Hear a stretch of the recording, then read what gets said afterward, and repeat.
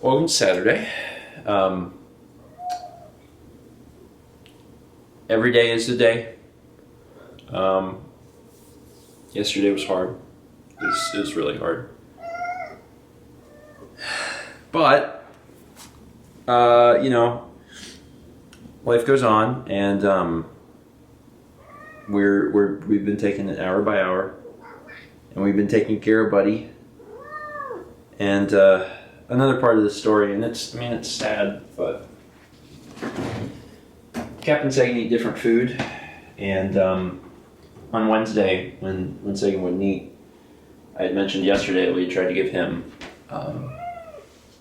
their special treats that we'd ordered him, and he wouldn't eat them. And in an act of desperation, we opened him a new can of food so he could maybe try and eat it. And this is that can. And last night, I've been feeding Cap this can, and Cap doesn't normally eat this food, but Cap will eat anything, and he's got an iron stomach, so he's always good. And last night, I had already given him, I divided into thirds, and I'd already given him a third yesterday morning, and I had been fine. But last night, I went to give him the second third, and I burst out crying. It was bad. And I mean, grief is a roller coaster, and the way Mal and I have been describing it and thinking about it is, sometimes you're at the very top of the roller coaster and you are ugly crying and you're screaming because there's so much pain. And then at some point thereafter, there is a calm and you're at the bottom of the roller coaster and you're at peace with things and you're just kind of talking and empty. There's so much. There's such an empty, numb feeling, and we've experienced that so much in the past 2 days. It's everything's just been. It's just been difficult, and here, buddy.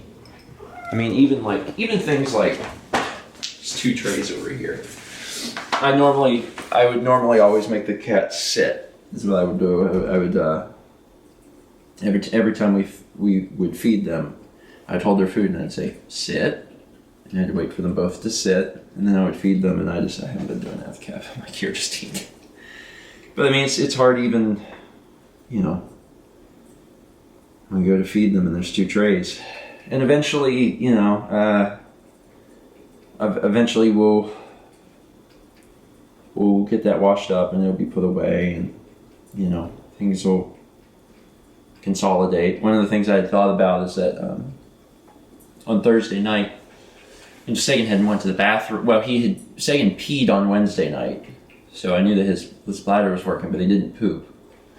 And on Thursday night, after we'd come home from Charleston, I went to scoop the box, and I was like, there's nothing in here. And it's because I'm just used to, 7 years of scooping for 2 cats, and it's just very different.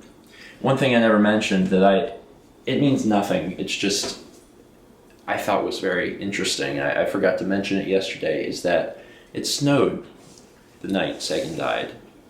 And that's just so strange. I mean, anyone that knows us and knows this area, and we've talked about this area, they know it doesn't snow here. It's extremely rare. And it was flurries that I don't even know if they stuck to the ground They long. didn't. Yeah. But it just, I don't know, it's just weird. The universe crying out for losing a good cat that day. But anyway, let me show you what else we did. Oh, another thing, and it's these little things. I'm going to talk about all of them. And again, I mentioned it yesterday, but if all of this hurts and you can't watch it, then don't. It's just therapeutic for us. Another thing is that, because Sagan is such a thief, and he will steal Kep's food. He'll eat fast and then steal Kep's food. Is that I'm so used to feeding, giving them the food and then standing there, and I have to play referee.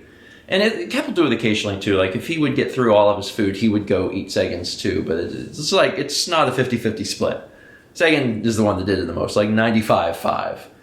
And it's such a habit that like yesterday I would give Kep his food and then I just watch him eat. And then eventually I'm like, why am I doing this? Like Sagan can't steal his food anymore. So yeah, little things. So last night, I think we showed this puzzle before, but I'm not sure. Mal, it was your aunt, right? My cousin did all the work, I think. Okay, so your cousin did like the graphic stuff. Mal comes from a big family, and my grandma turned 90 last year. My cousin and my aunt really decided and put this whole puzzle together, the family tree and a bunch of photos. Yeah. So last night, you know, like I said, it's been a roller coaster. So we after my mom brought that pizza, we ate some of the pizza. Like we hadn't eaten in so long that the first piece tasted really good, and then we tried to eat the second piece just because we're like, we haven't eaten anything. Like we should eat food, and it was really hard to eat. Second piece had no flavor. It was just nothing.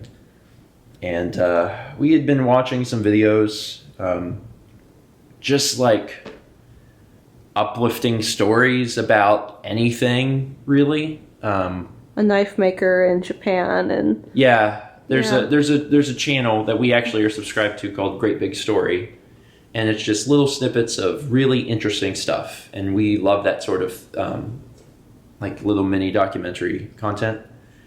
So we were watching some of those, and I mean, it's a whole process. It's like part of the grieving process is grieving, and then part of the grieving process is an attempt to return to normalcy. And it's like you have to have both. You have to head towards the pain and confront the pain and not shy away from the pain.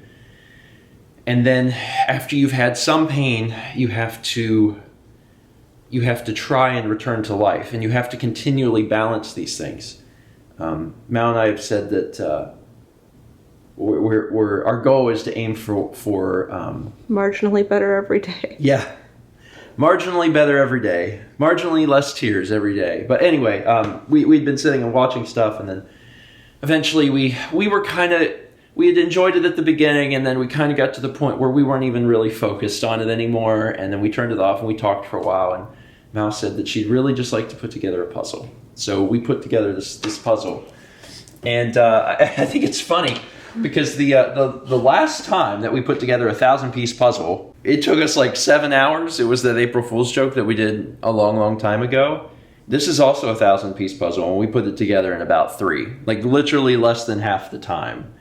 And is it an easier puzzle? I mean, probably. Mal was working a lot on the outside part, and I focused on the inside stuff. And like, there's names, and like, I was looking at frames and colors. My cousin designed it in a certain way, so like each generation has a different color, and like the husbands are a square and the females are a circle. Yeah, and the wives are circles. It's neat because I'm in here too. Did you know I'm a part of your family? I'm a part of your family. There's It knows there's a face there. Yeah. I'll come back just a little bit. There we go. Yeah. So, anyway, it's like whatever keeps us busy. And like it was in the middle of this that I fed Cap and, you know, just started crying again. And when I started crying, Mal knew exactly why I was crying, because the food, and she came over and we cried. And I mean, it's just been, I didn't know I could cry this hard. I think that's kind of the big thing. Is like, yeah, I've cried here and there over the years, but I've never like bawled so hard that I'm like gasping for air. I didn't know. I never imagined it would be this hard. Yeah. Mal and I've talked a lot about that, about how I would have never. I just would have never imagined that it would be this difficult. And maybe, you know, and everyone's going to experience pain and loss differently, and I've had loss, and I've dealt with loss, and I've dealt with grief before, and this is not the first time, but this is just different. This is particularly painful. I don't know if it's because I've worked from home ever since we had them, and like I've spent literally every waking moment with them, and they spent a lot of time with me. You know, it was very common for them to spend the whole day on my lap or near me, so I'm just around them all the time, and it makes it difficult. I remember whenever we lived in the apartment, you know, and Mal was still working at the school, I had them, there was nowhere for me to get away. You guys probably recall that. Like, there was no separate rooms or anything. So when they were kittens, like, they were just crazy, and they were chasing each other and running and getting into things all the time. And I would always have to deal with them, and then they'd get tuckered out, and they were so small that both of them would sleep on my lap. And I just spent so much time with them, you know, at the apartment especially.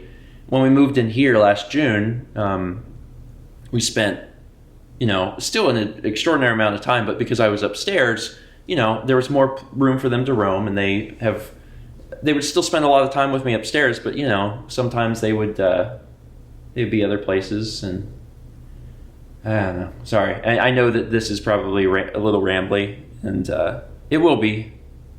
It will be. It's just, there's a lot of thoughts that I'm having now, and the vlog is an archive of my life and my thoughts, and I want to archive those thoughts.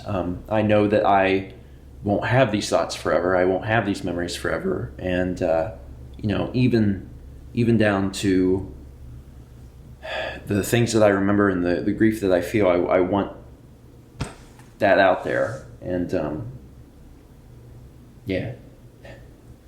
So that was yesterday.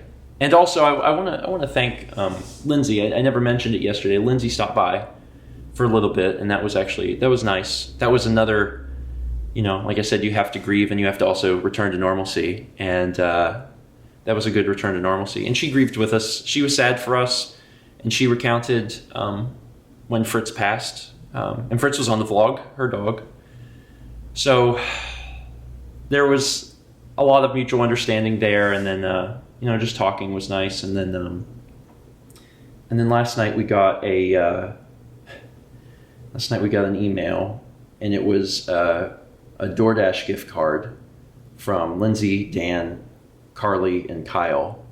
They'd all chipped in and got us a big DoorDash gift card, and I mean, that we started crying again. We appreciate it. It's hard to want to leave the house and go do a thing. It's much easier to be here and to just have food delivered. The idea of making food, which is something that both Mal and I love, like the idea of making food is like the hardest thing ever. The most we could do was a pizza. I was like, we could do a pizza and that's it. I can't imagine like cooking. So we really thank them for that. And you know, we've largely stayed off the internet. Every once in a while, I will pull up some of the responses on Twitter or YouTube and just see some of the stuff that people are saying. And I adore it, but every time I open it, I cry. And I'm okay with that, but I have to know before I open it, like, when you read this, you are going to cry. You're going to cry very hard, and it's gonna hurt you. And you have to be okay when you do that. So I've been kind of preparing myself each time I look, but that's about all I've been doing on the internet. It's just I open it and look at it, and then I'm like, okay, cried a bit, and I'm done. Mal's been doing the same thing. You posted a picture yesterday to Twitter. That's about all you did. Yeah. Anyway, we got to figure out what we're going to do today. I'm not sure. We talked, it's been super cold here. I mean, I said that it snowed the other day. I think we actually... Last night was our coldest night all winter. Yeah, it was 20-something. And I think today it's going to warm up to like 53, which, as you know, for us is still very cold.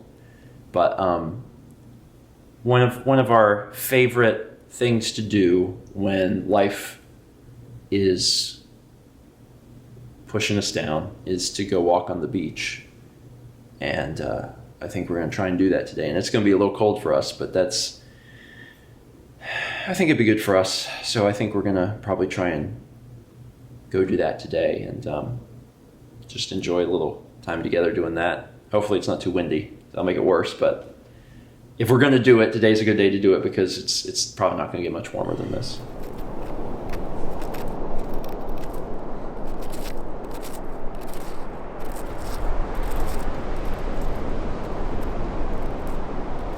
You almost got it. Wow. It's big. Yeah, it is. We normally don't get them that big. Unless it's after a hurricane. But see, it's all packed full of sand and other shells. Yeah. So we've headed down to the beach, and we always go to the exact same place. We always go in front of the Vista. I forget what avenue that is. It's like 5th or 6th Like north. 5th or 6th north in North Myrtle Beach. It's where we got married. It always just makes us feel good. Just happy memories here. And realizing as we walk, that we haven't Been here in forever.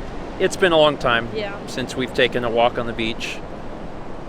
I can't remember. I'm sure that I documented it. I always do. But it's just, it's been too long. And I think that today is a good day for it. I mean, it's cold. Yeah, it's cold. Yeah. It's very cold. I almost never wear shoes to the beach, but today is a shoe day because if I was in sandals or barefoot, I would be freezing. And actually, I wish I'd brought gloves because that's the one part of my body that is cold. Is, holding the camera, my hand is cold, but it's all right. It's nice to get out. It's nice to walk around, get some fresh air. There's not a ton of people on the beach, but there's a pretty good amount for February. That's a weekend too. Yeah. And February is when we generally get people that can handle... That man has something to say. February is generally when we get, people from out of town that can handle these temperatures. We get a lot of people from the Midwest. We get a lot of Canadians. If they want to visit, they visit in the wintertime. They go golfing. Yeah, I mean, we live on a golf course, and there's still people, like, every day, still golfing, and I'm like, it is so cold out there, but, the Canadians, man, it ain't nothing for them, and they get to come and enjoy the beach. It's not crowded.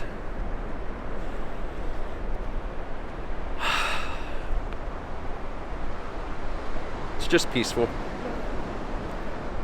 And I don't know how long we're going to walk for because I know we're cold. Yeah. But it's just really nice to be here.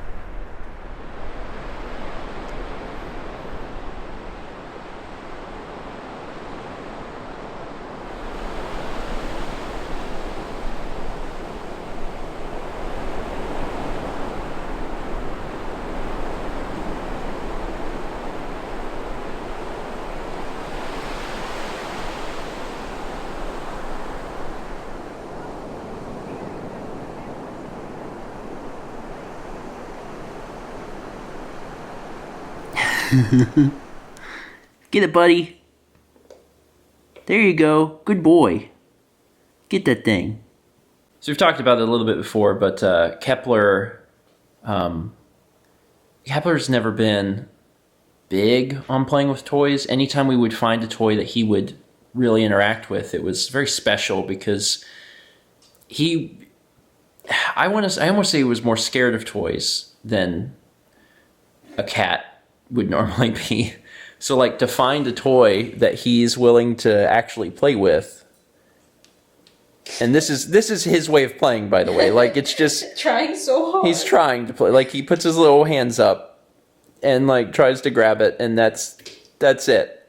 And it's such a far cry from the way that Sagan played, which was, I mean, he would tear thing. Like, he would just run as fast as he could, and he'd throw himself at things, and like he wouldn't even think spatially. No, He'd just go for it. He would just go. And I think partially the reason that Kep is the way he is in regards to toys is because Sagan was always a bully. Ever since the time they were kittens, we would introduce a toy to them, and Sagan would take it, and he would have it in his mouth, and if Kep came up to it, it'd be in Sagan's mouth, and he'd be like, "Oh," because like, this is mine, and you can't have it. And if we started getting, like, when we get toys, we would get like 2 of the toys. So we would introduce one, and Sagan would grab it, and he'd have it in his mouth. And then we'd get the other toy, and then Sagan would like drop the toy to get to the other toy, and he's like, "No, they're both mine. You can't have them." All toys were Sagan's toys. And I actually think that may have had an effect on how Kepler viewed playtime. You know, playtime wasn't for Kepi. Playtime was for Sagan, and we always tried to go out of our way to play with Kepler too, but it was such a very different experience than playing with Sagan, because Sagan was so toy motivated. For as food motivated as Sagan was, and he was extremely food motivated. The only thing that Sagan loved more than food was playtime. I know I've said it before, but like every night that we lived in this house, we had a little ritual, and Sagan knew it, where when it was time for bed, we started shutting the lights off. He would go into our bedroom, and he would wait at the foot of the bed. And then as I was getting into the bed, like getting under the covers, he would jump up at that exact second onto the edge of the bed. And you know, Sagan always had this cute double meow. So I would get in bed, and he'd jump up on the bed and go, "Meow." And he was in play mode, and he was ready to play. And I keep toys in the nightstand next to my bed. And once I would get into bed and he'd get up on the bed, I'd say, "Okay, bud, it's playtime." So I'd get out this toy, or he had a little mouse on a string, and I would play with it on the bed with him, and he would just run around, and he would jump, and he would jump up and do flips, and like he would just go crazy trying to get this thing. And I had talked about this the other day, and I've been slowly but surely kind of reading some of the comments on some of the vlogs. I'm not sitting down and reading all of them, because I talked about it earlier, like I just cry. But I saw someone had linked to that Twitter video that I had been talking about, and I thought, since it's never made its way onto YouTube, it might be appropriate to include here. So this is what I'm talking about. Yeah. Uh-oh. Uh-oh. Where's it going? Oh, yeah, there you go. You better grab it before it gets away forever. Yeah, I want to make sure that doesn't get lost anywhere. Things feel a little more concrete on the vlog, because I'm so purposefully trying to make sure everything's backed up, and we have copies of everything, and I feel like something that's just posted randomly to Twitter might be lost, so I want that to exist, and maybe some of you haven't seen that before, but that was Sagan's ritual every night that we lived here. And we didn't do that in our old house, and it's because the bed that we used to have, we didn't trust it, and we were worried that the cats might be under there and the bed might collapse in the middle of the night, which would have been awful.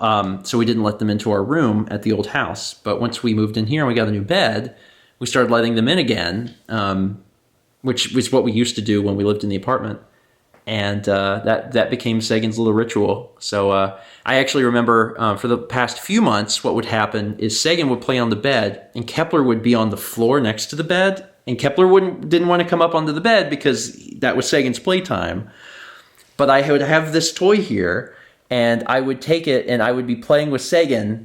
And then I'd play with Sagan a little bit, and he'd get a little tuckered out, and then I'd move it over and like dangle it onto the floor. And Kepler's entire idea of play is just kind of like, and that's it.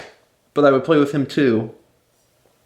But yeah, I sincerely think that one of the reasons Kepler is not the biggest fan of toys and playtime is just the fact that when he would try, you know, Sagan very much made it about him, and that was just, you know, they have very different personalities, and that was the way Sagan was. So I think maybe in time, you know, if we're playing with Kepler, he might actually change a little bit. And it's not that I'm I don't want to try and like, I don't want anyone to think I'm trying to like turn Kepler into Sagan. That's not it. But I also know that there are things about the cats and their personalities that existed because of the other cat. There's things that Sagan probably did because Kepler was around, and there's things that Kepler probably did because Sagan was around, and that there's a good chance that, you know, Kepler's personality may change ever so slightly now that he's the only boy around. I remember talking to Emil shortly, well, a little bit after Teddy had passed, and he said that Kirby had actually changed a little bit.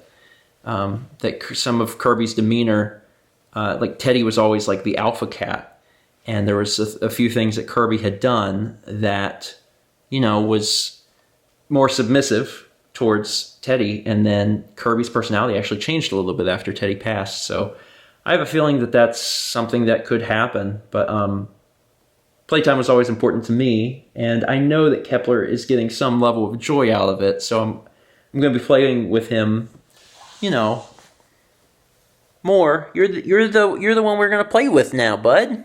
Yeah, you're the only one to play with. So maybe we'll, maybe at night we'll start putting him on the bed and trying to play with him and let him understand that, like, this isn't off limits. It was never off limits, but like it's not off limits now. Sagan's not going to yell at you for getting up on the bed. You know, we can just play together. My parents took us out to dinner this evening, which was very sweet of them. And then we had at some point we stopped by the house and we had to pick some stuff up, and we got a chance to see Rocco, which was really nice. But the thing that was actually super helpful is that after dinner they came over and they helped us clean. And it just meant a lot.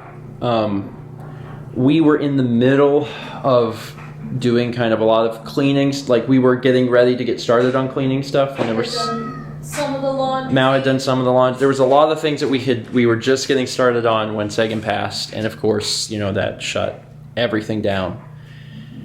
And you know, my mom and dad both came over tonight, and they helped us just kind of pick up the pieces, and They dusted. They did stuff that we wouldn't the floor. They helped us with dishes. They helped break down cardboard. Your dad vacuumed the couch. They did stuff that we wouldn't have even done. Yeah. And I just really appreciate it, because it's hard enough to deal with everything that's going on, and then it's harder to deal with it in an environment that's cluttered and messy. So Yeah. you coming up, pal? Certainly looks like it. You want to come up?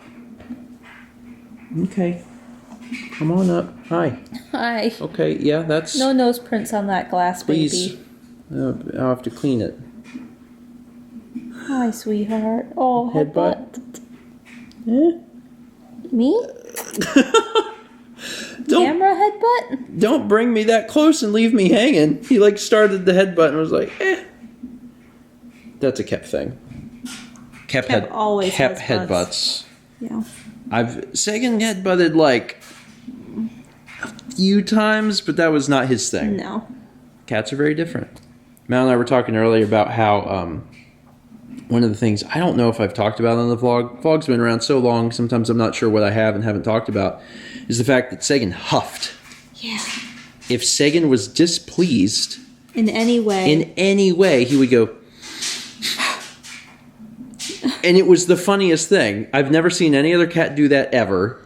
But like, if you were playing with him and like you stopped and you put the toy away, and like if he would been begging for food and you're like, not now, buddy, you know, it's not, you don't get to eat yet, and it's going to be a little bit. It was just like this loud, audible huff that he did, and it was so funny. But I mean, he did that like all the time. Yeah. Like every day, there was something that like Sagan he was. He had to huff over. He had to huff over. It's just, we've been just talking a lot about things, and we're now at the end of the day. We've discussed how it feels like the days are a lot easier than the nights. It feels like the nights come and the sadness is stronger in the night. Yeah. For sure. And, we're just kind of doing our best. It's Saturday night, which means we would normally record. And even though we're not doing any recordings tonight, like our friends are still on Discord and chatting because it's just ritual. We've been doing it for so many years. And I can't. It's hard to explain, but like you know how you have like a bucket? That's not the right analogy I want. And like you can fill it with all the social things every day. Everyone has a social limit. Yeah. And everyone's limit is different. Our limits are normally real high. And this has all made them very low. Yeah. And it's not that I don't love my friends, because I do, but it's like the idea of trying to talk to, 8 or 10 people, I'm like, oh, I can't do that. I can't do it. And it's so interesting because like some of it's crying, because crying, especially when you're really crying, is like just physically exhausting.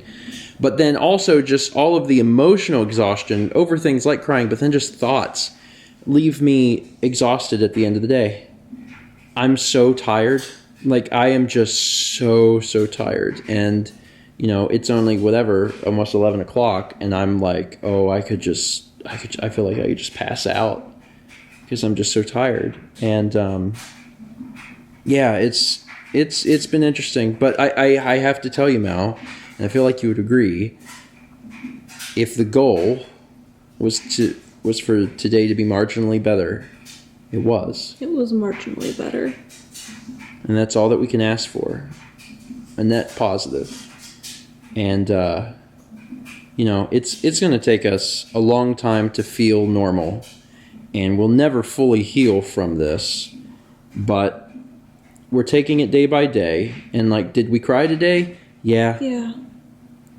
Yeah, Will we we did. still probably cry later? Yeah. Yeah, but did we cry a little bit less today than yesterday? Yeah.